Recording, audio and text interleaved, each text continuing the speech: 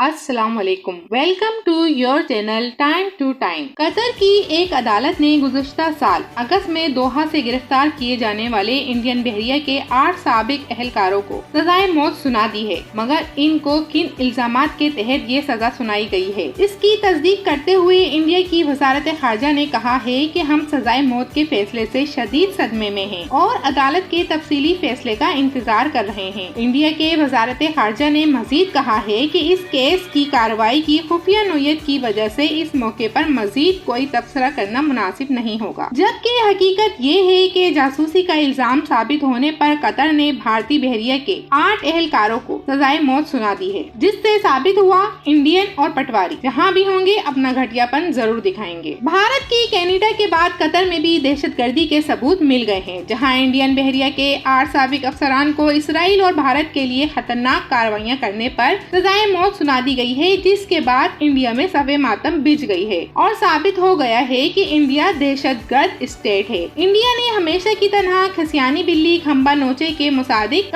قطر میں ہونے والی رسوائی کا ملبہ بھی پاکستان کے سر ڈال دیا ہے۔ بھارتی میڈیا اپنی بحریہ کے کالے کرتوتوں پر پردہ ڈالنے کے لیے پاکستان اور قطر کو سازشی قرار دے رہا ہے۔ اسے کہتے ہیں الٹا چور کوتوال کو ڈانٹے۔ انڈیا کی گودی میڈیا کی پاکستان کے سابق نیول چیف اور قطری ایئر فورس کمانڈر کی ملاقات کو سازش کا رنگ دینے کی بھونڈی کوششیں کی جا رہی ہیں۔ کیا پاکستان نے بھارتی بحریہ کے اہلکاروں کو اسرائیلی کے لیے جاسوسی کی پٹی پڑھائی؟ کیا قطر نے خود اپنے قیمتی اسٹریٹجک رات اسرائیل کو دینے کی سازش کی؟ 7 کمانڈرز اور ایک سیلر سمیت 8 بھارتی اہلکاروں کو قطری حکام نے جاسوسی کے الزام میں اگست 2022 میں گرفتار کیا تھا۔ بھارتی جاسوس الظاہر گلوبل ٹیکنالوجی میں چھوٹی ابدوسے بنانے کے حساس منصوبے پر کام کر رہے تھے۔ سابق انڈین بحریہ کے اہلکاروں نے اسرائیل کو خفیہ دستاویزات اور معلومات فراہم کی تھیں اور ان کے لیے جاسوسی کرتے گئے۔ سابق انڈین بحریہ کے اہلکاروں نے اسرائیل کو خفیہ دستاویزات اور معلومات فراہم کی اور ان کے لیے جاسوسی کرتے رہے۔ قطر کی ابدوسوں کی خریداری کی خبر اسرائیل کو دیتے رہے۔ بھارت کے جاسوس و دہشت گردی کے نیٹ ورکس پر دنیا بھر میں ایک عرصے سے تشویش پائی جا رہی ہے۔ پاکستان میں دہشت گردی پھیلانے پر حاضر سروس نیول آفیسر کلبھوش یادیو کو رنگے ہاتھوں گرفتار کیا جا چکا ہے، مگر افسوس کہ انڈین نیوی کا کلبھوشن یادیو گزشتہ کئی سالوں سے ریاستی آنکھ مچولی کے مزے لوٹ رہا ہے۔ ہندوستان کی بیرون ممالک دہشت گردانہ کارروائیاں بھی پہلے ہی دنیا کے سامنے آشکار ہو چکی تھیں۔ کینیڈا، برطانیہ اور دیگر ممالک میں انڈین انٹیلیجنس ایجنسیز کے کرائے کے قاتل سکھ لیڈر کو قتل کرتے ہوئے بھی رنگے ہاتھوں پکڑے جا چکے ہیں، اور اب قطر کی جانب سے بھارتی افسروں کی سزائے موت کے بعد بھارت کے لیے دنیا بھر میں سفارتی تعلقات روا رکھنا مشکل ہو چکا ہے۔ انڈیا کی غنڈہ گردی اتنی بڑھ چکی ہے کہ کینیڈا نے اپنی ریاست کے اندر گھس کر اپنے شہری کے قتل پر احتجاج کیا تو اسے انڈیا نے اپنے خلاف جنگ تصور کیا، اور اب قطر نے اپنے خلاف جاسوسی میں ملوث انڈین بحریہ کے 8 اہلکاروں کو سزائے موت دی تو انڈیا اسے بھی اپنے خلاف جنگ تصور کر رہا ہے۔ اب دیکھیے کہ کینیڈا اور قطر کے بعد کس ملک کی باری ہے۔